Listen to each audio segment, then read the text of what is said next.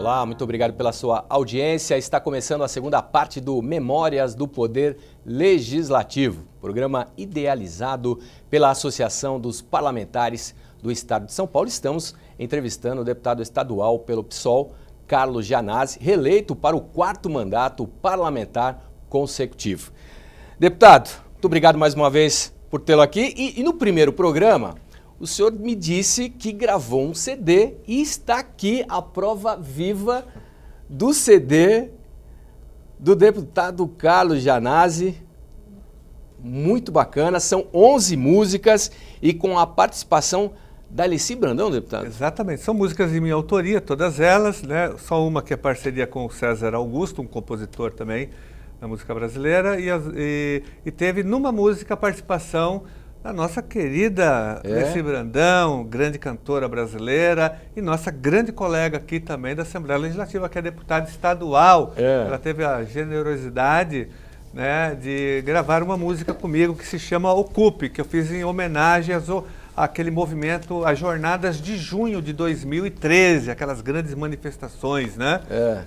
Eu fiz uma homenagem àquelas manifestações e ela gravou comigo essa música, e tem também uma participação especial em duas músicas de um dos Mutantes, o Sérgio Dias Batista. Sérgio Dias Batista. Guitarrista, músico importante dos Mutantes, junto com a Rita Lee e o Arnaldo Batista, né? Os dois irmãos, e então eu sou amigo dele, e ele gostou, né, do meu trabalho e fez questão de gravar pelo menos duas músicas, tocando e cantando comigo. E foi gravado em estúdio isso aqui? Foi em estúdio, do amigo Marcelo Sampaio, que gravou uma boa parte, que produziu, né, e depois com o Bruno Goldinho.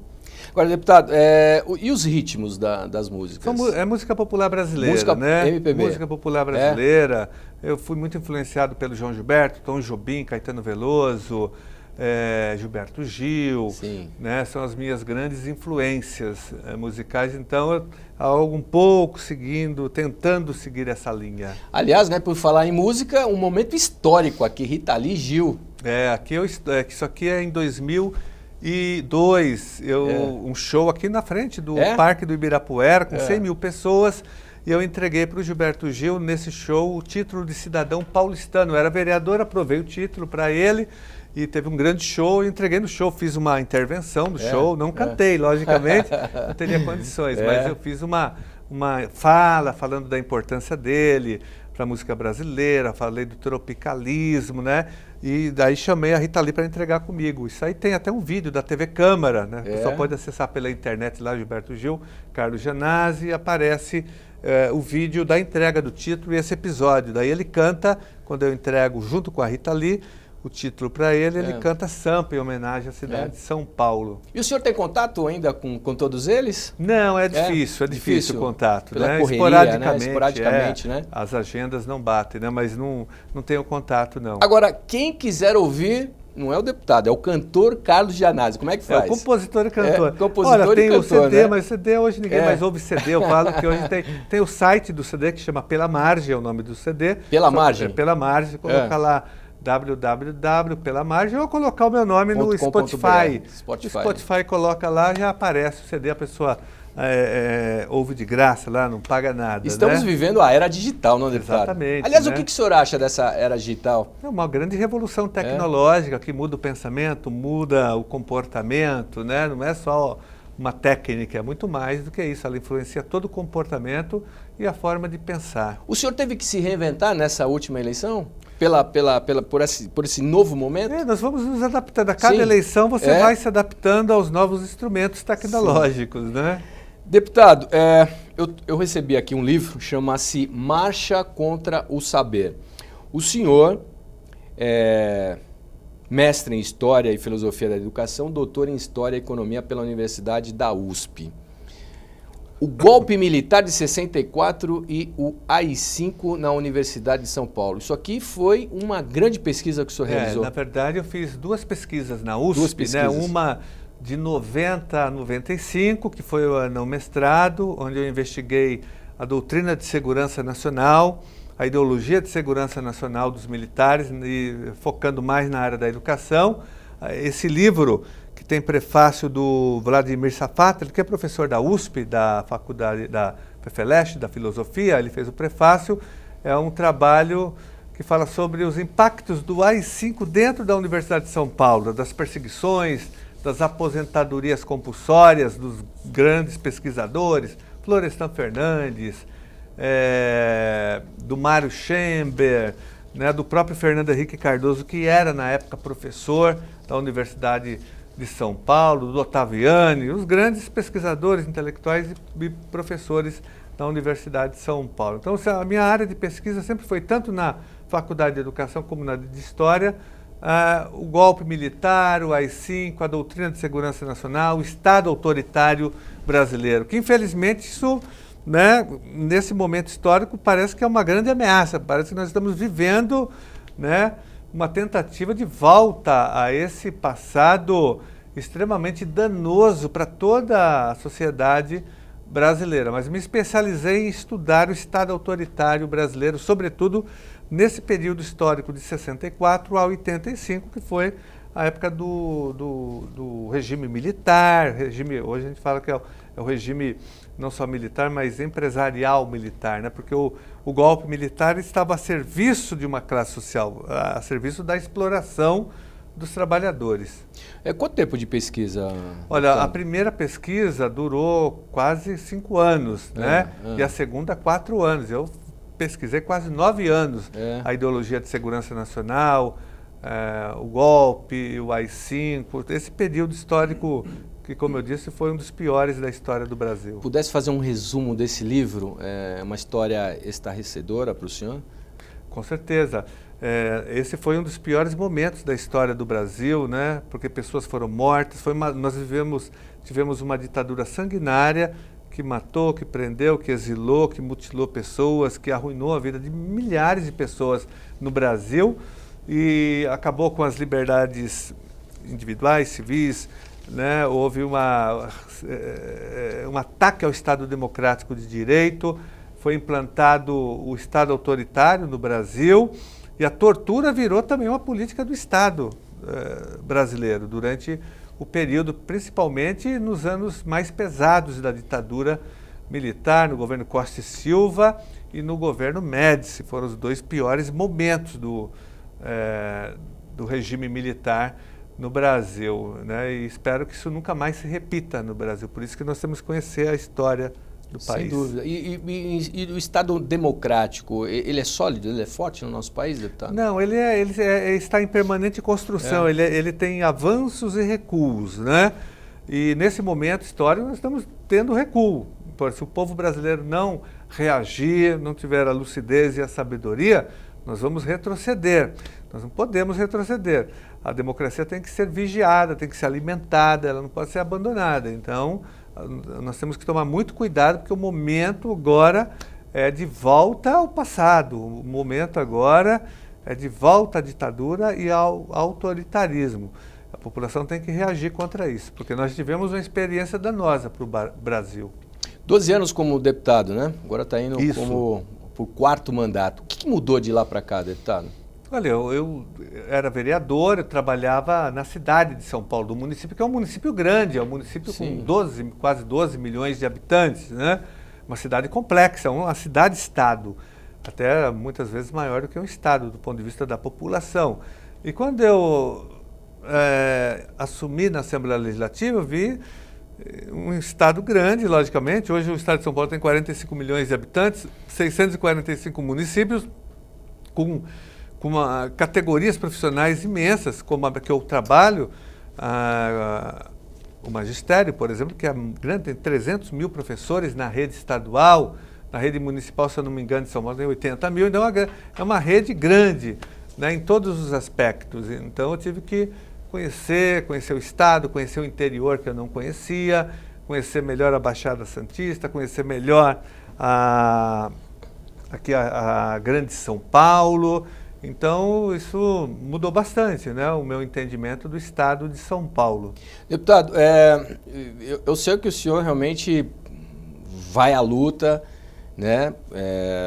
E o senhor já participou de algum confronto, teve que participar ou apartar algum confronto, intervir em algum confronto em relação ao suporte para os professores do Estado como um todo? Já, em muitos momentos. Eu sempre participei das manifestações dos professores, das greves dos professores, aliás, não só dos professores, de várias categorias profissionais, da greve do Judiciário de 2010, eu participei o tempo todo, da greve dos servidores da segurança pública em 2008, e dos professores todas as greves, todas as manifestações, desde quando eu ingressei na rede estadual, desde 1984, eu participei de todas as manifestações, inclusive em 93, eu ainda era professor e ocupei a Assembleia Legislativa. Nós ocupamos aqui a Assembleia Legislativa, junto com a POSP, um grande movimento aqui contra os ataques que o governo estadual estava fazendo contra a rede estadual de ensino. Então, sempre participei como vereador, como deputado das manifestações do magistério municipal, do magistério estadual. Isso faz parte do nosso mandato, assim, né? De uma filosofia do nosso mandato, sim. Apoiar todas as lutas dos trabalhadores. Deputado, o senhor é um deputado muito atuante, eu confesso que eu acompanho de perto. Muitos finais de semana, ou quase todos, o senhor está muito atuante aqui. E é claro que a TV Alesp, sempre muito atenta, cobre todos esses eventos. O senhor sobra um tempinho para uma vida social? Não, a vida social é prejudicada, ela é sacrificada por quem tem mandato como o nosso, mandato popular, mandato de luta, mandato de enfrentamento, mandato de movimento popular, de movimento social, não tem tempo. Não, né? Você sacrifica a sua vida familiar, né? Sua vida pessoal é sacrificada, o seu lazer, o seu tempo com os amigos, então há um sacrifício para esse tipo de mandato. Então, nós que temos mandatos com esse perfil, nós sabemos disso, não é só o meu, mas e outros militantes também, principalmente do nosso partido, do PSOL, dos partidos mais de oposição. Então é quase que uma profissão de fé, quase que uma atividade missionária essa nossa. Então tem sim um prejuízo pessoal. Quais são as referências políticas? Minhas referências políticas são muitas. Olha, Florestan Fernandes, que foi um dos maiores sociólogos da história do Brasil, que também foi deputado federal 2 vezes. É uma referência importante para mim, do ponto de vista teórico, do ponto de vista também da sua militância e da sua prática no Congresso Nacional. Ele foi também deputado constituinte. O Plínio de Arruda Sampaio, que a gente falou agora há pouco, é uma referência importante. O Paulo Freire, né, educador. O Sérgio Buarque de Holanda. O Antônio Cândido, é uma referência muito importante também na minha vida. O Darcy Ribeiro, é uma referência, né, intelectual e política, porque ele também, o Darcy Ribeiro, foi senador, foi ministro, foi secretário de Educação, mas antes de tudo um grande intelectual. Ele foi uma referência, né, mais pela sua produção intelectual, ele, sim, né? Sim. E alguns pela produção intelectual e política também, como Florestan Fernandes, as duas coisas. Entendeu? São a Luísa Erondina, que foi prefeita de São Paulo, é uma referência muito importante. Hoje ela tem 84 anos e continua sendo uma grande referência para todos nós. E os grandes governantes, os grandes presidentes? Aí quase não tenho nenhuma referência. Não, de presidente, assim, não tenho nenhuma referência na história do Brasil. Mas falar, esse presidente foi o grande presidente do Brasil, não tenho, né? Não tenho. Deputado, para onde a política está caminhando? Olha, hoje a política foi capturada pelo poder econômico, sobretudo pelos bancos, pelos rentistas, pelos especuladores da dívida pública. Hoje a política vive muito em função desse mercado, né? E ela caminha por um descrédito, porque como ela não apresenta alternativas para a população continua não tendo acesso à educação de qualidade, à saúde de qualidade. E então há um processo de queimação do processo político, né? De desmoralização da política e de rebaixamento do processo político também. Isso é muito ruim para a sociedade, porque quando a sociedade não acredita mais na política, daí vem a barbárie, vem a guerra. A política é um instrumento de mediação, né?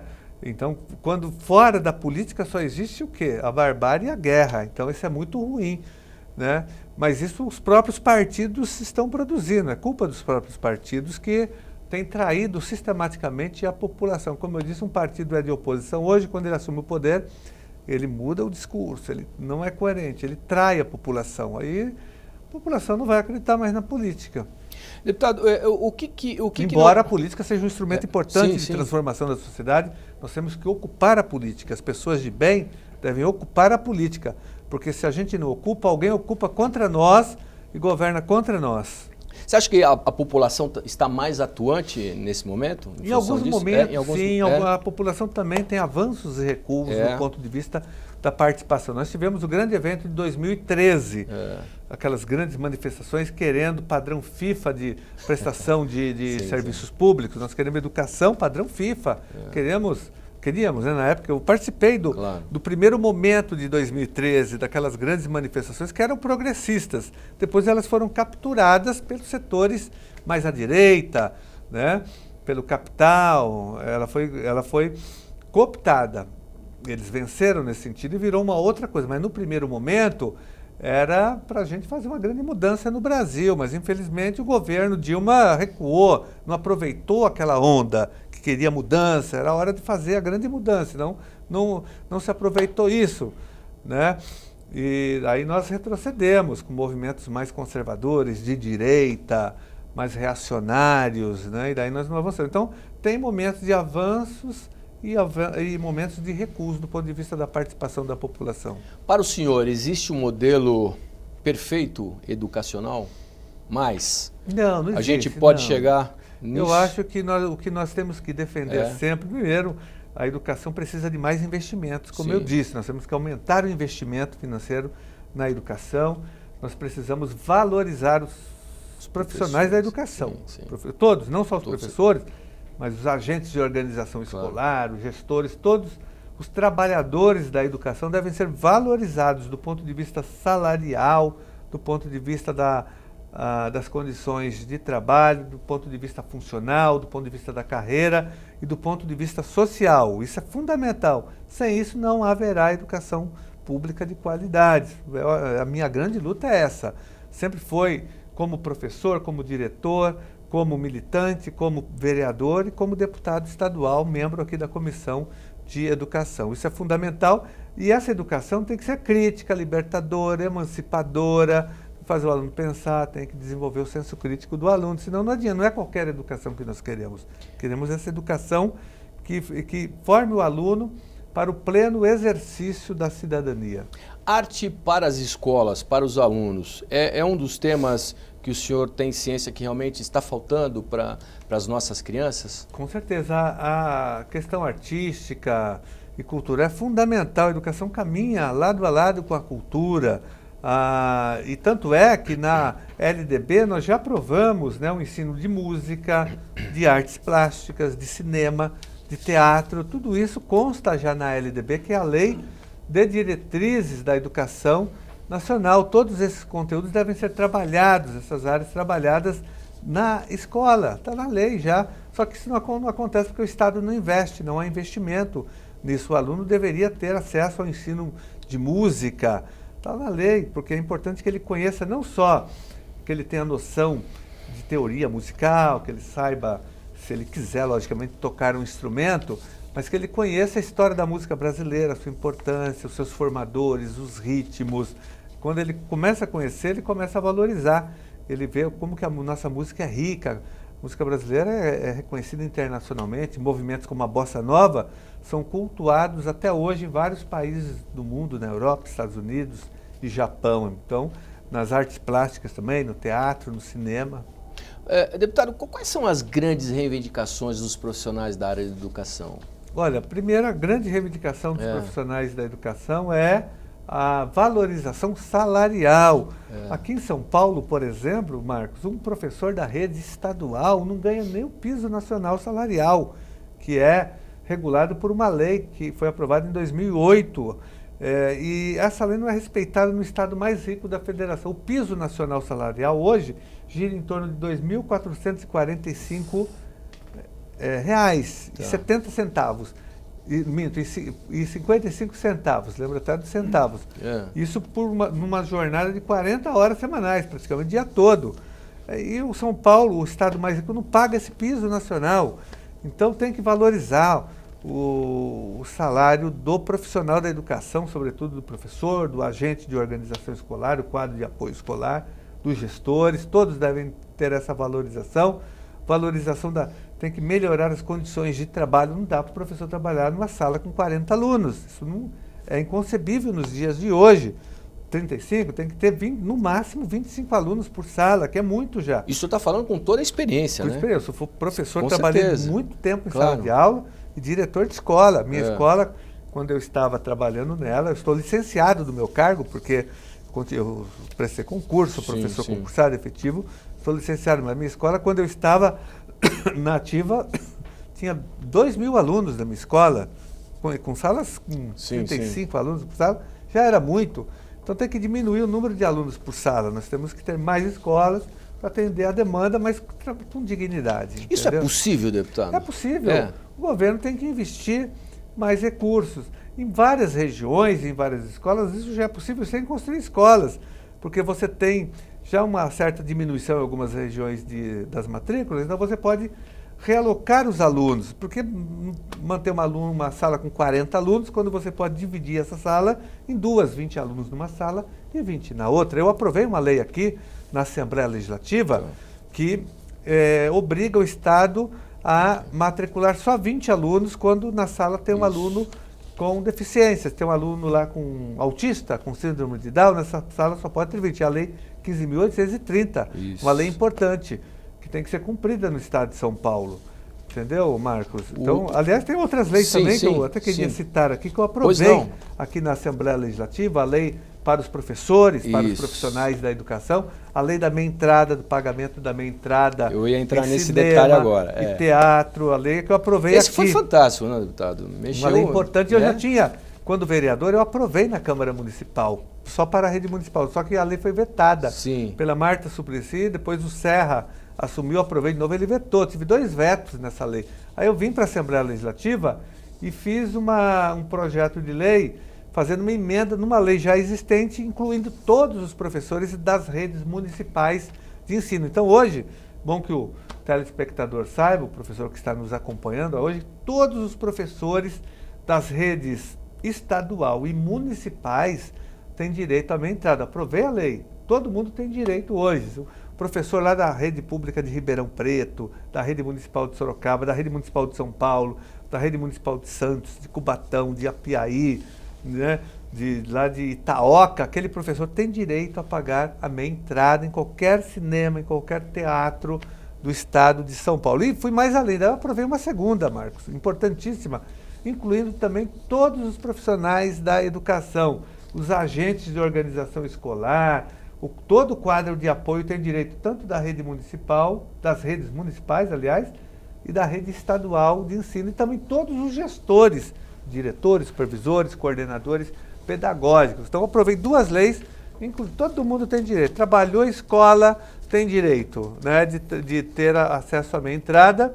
E a última que eu aprovei agora, recentemente, que eu quero registrar também, que é importante, que é uma lei, Marcos, que garante a aposentadoria especial para os professores readaptados da rede estaduais. Não tinham esse direito. Agora aprovei agora uma lei nova, foi sancionada recentemente, para toda a rede estadual de ensino. E o que representa isso nesse universo, deputado? Olha, todas essas leis beneficiam os nossos colegas profissionais da educação, sobretudo os professores, né? Principalmente os professores, nesse caso, a última lei, os professores readaptados, que estavam sofrendo muito, tinham que esperar mais 5 anos para se aposentar, mas eu aprovei a lei, agora ele se aposenta, a professora com 25 anos e o professor com 30 anos. Deputado, estamos chegando ao final do nosso programa e gostaria que o senhor fizesse as suas últimas considerações e quais são os novos planos para o próximo mandato. Olha, primeiro nós vamos continuar honrando os nossos eleitores, as pessoas que nos apoiam, os 218.705 votos que nós tivemos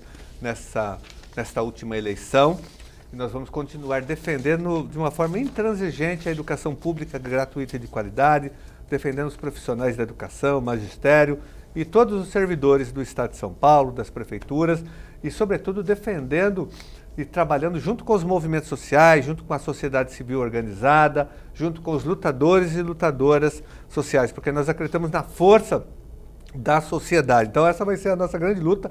Projetos, nós temos muitos projetos já apresentados e tramitando dentro da Assembleia Legislativa, que eu quero aprovar muitos deles ainda nesse mandato, mas agora mais do que nunca, estando junto com a população e com os movimentos sociais em defesa da cidadania ativa e crítica. Com certeza. Muito obrigado, parabéns pela reeleição e sucesso no novo mandato. Obrigado. Muito obrigado. Muito obrigado também a você pela sua audiência, pelo seu carinho. Espero que você tenha gostado do programa. E o Memórias do Poder Legislativo vai chegando ao seu final. Muito obrigado mais uma vez e até o próximo programa.